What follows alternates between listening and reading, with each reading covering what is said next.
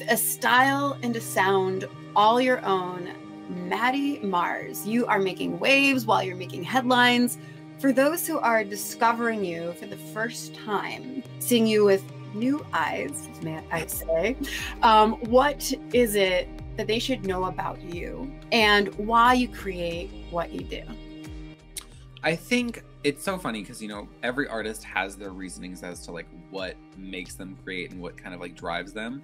And I think for me, I've always been very fortunate that it's been like second nature. And I've always been, you know, growing up, I did musical theater and then kind of went into singer-songwriter production. I studied classical jazz and opera. So I was always like invested in music and just kind of art and creation all of itself.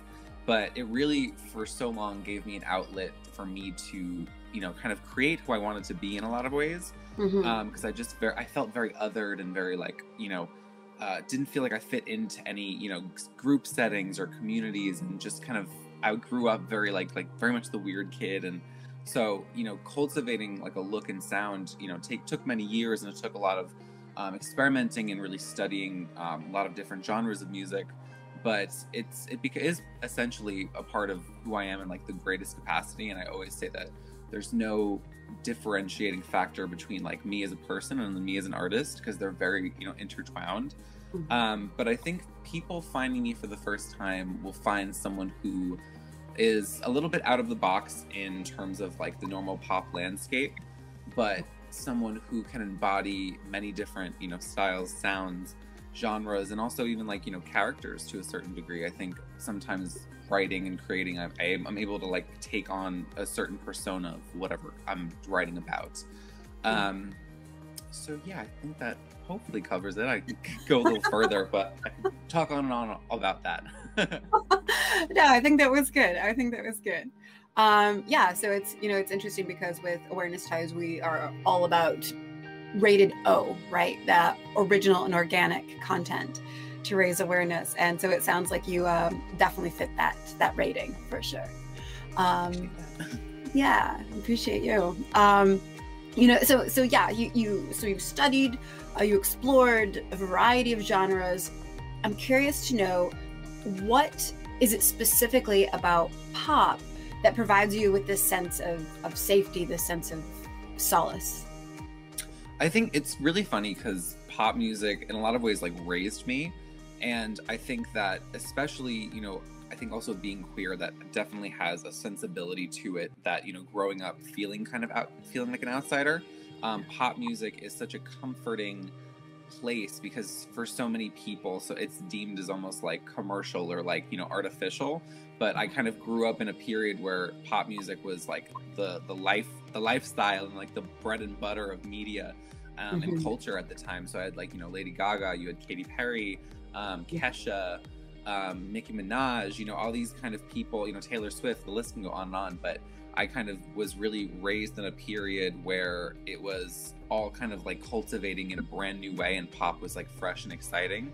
And for me, pop music takes on many, many different forms, and it can mean, you know, many different things. But there is something about the simplicity to like the way, the catchiness of the melodies, to the way these songs are composed and written, that it's so simple and it's delicate and it's something anybody can digest.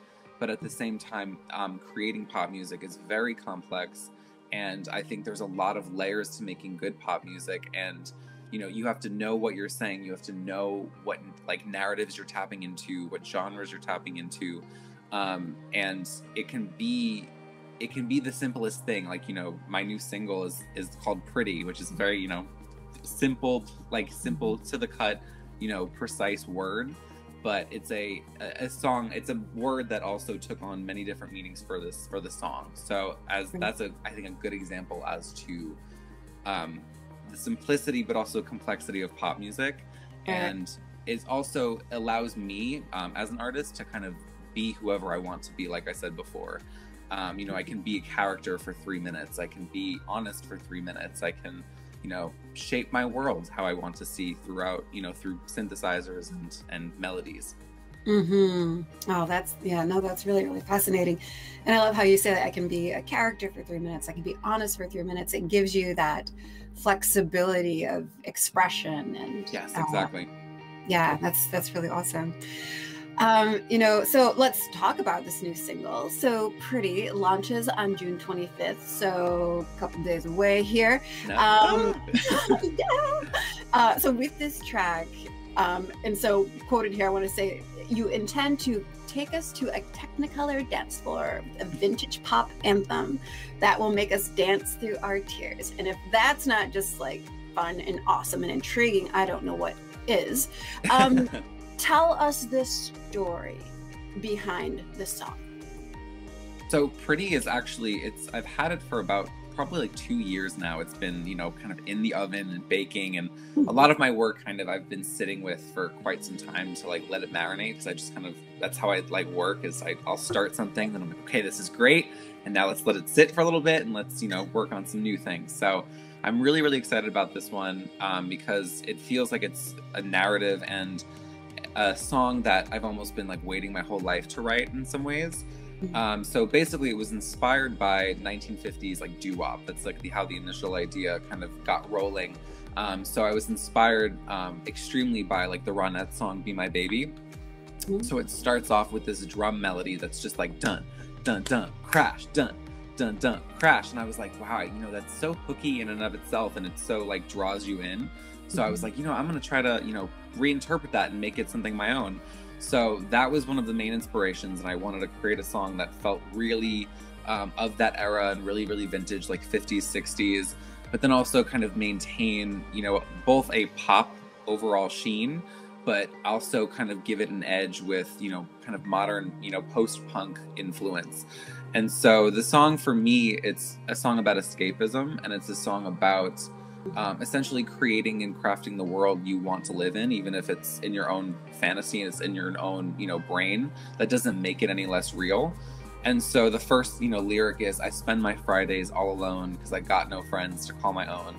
They never hit up my phone, so I sit and stare out my window. So it's kind of a look into, it definitely is tapping into, I think, like young adolescence from a perspective I maybe had like in middle school, high school. But it's a narrative that has followed me and kind of plays in and out of my music quite frequently, which is about escapism, about feeling left out, so embracing yourself for who you want to be. This song also is inspired by "It's My Party" by Leslie Gore, which is one of my favorite songs ever. And it's my party and I'll cry for you too. So I kind of flip that at the end of the song. I sing it's my party, everybody is here, and I'm the one they're here for, to kind of like solidify this idea that like I envision a world where everything is pretty and everything's decadent, and I have money and I have friends, and we party and we do everything that's really glamorous. And I think also, especially after last year, everyone kind of needs an escape, and I think this song will really resonate with a lot of people because it really plays on the ideas of loneliness, but also, self-preservation through your imagination. Oh, that's really awesome. Well, I'm excited for it to hit and for people to hear it. I got a taste of it, loved it. So yeah, very excited. So your music, your style seem to be unbound by rules, standards, norms. Does this parallel the lifestyle, would you say, embraced by and empowering the LGBTQ plus community? Is there a parallel between your music and your sound and in the community in general? There definitely is a parallel. I think that like my queerness has something that I've always been really proud of, and that has set me apart. I've had teachers tell me that, I would never be able to achieve, certain things, as like, if you want to be an artist, there's no gay artist, there's no this, that. And I've had a lot of people kind of tell me these things throughout the years. And so I think my queerness in that sense has amplified, the narratives that I use, and the emotions that I feel, and kind of even navigating as a young, teenager and, young child, listening, through the lens of pop music, and kind of escaping that and being like, wow, I would love to like be as cool as Britney, or like, But I think in a lot of ways too, I always try as a songwriter to really tap into just a really general emotion that we can, everybody can feel and resonate with. Yeah.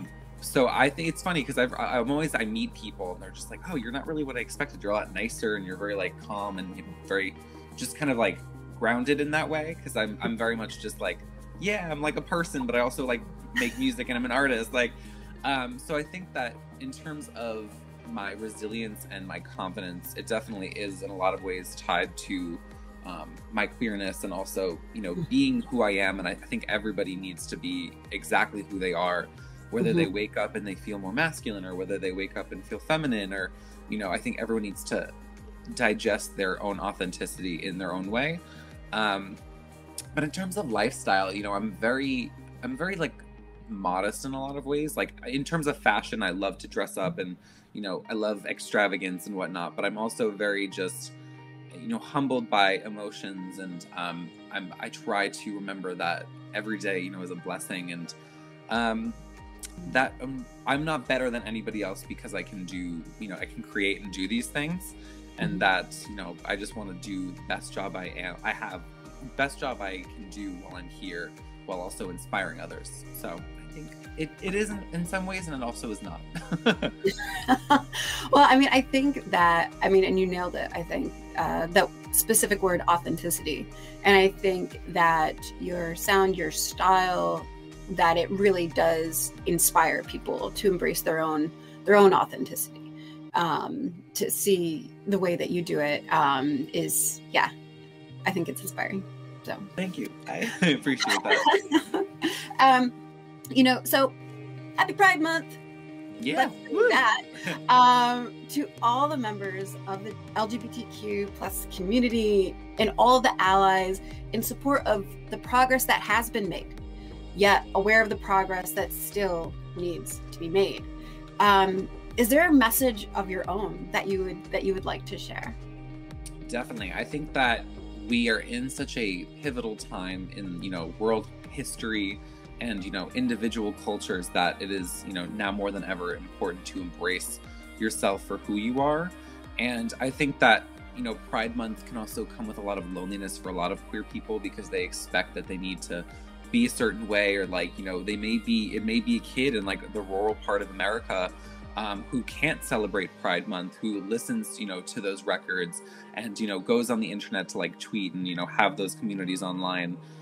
So for like, someone like that, or, even to the kids who may be in Brooklyn, or like the people in Brooklyn who are celebrating, who may be even like 60 years old, like that are just now starting to come to terms with who they are. I think that just always remember that your own self-love will never reflect poorly onto anybody else, and your own self-love and your self-validity is in some ways the most important relationship you're going to have. So don't be afraid to be lonely. Don't be afraid to explore why you're lonely, why you're upset, and explore kind of the traumas that maybe have been inflicted upon you in your lifetime, so that you can go and be authentic and be the most loving version of yourself to all the other people around you. And that there's also no one right way to be queer, or to be gay, or to be, trans, non-binary. It's, just being you is enough, and also so needed.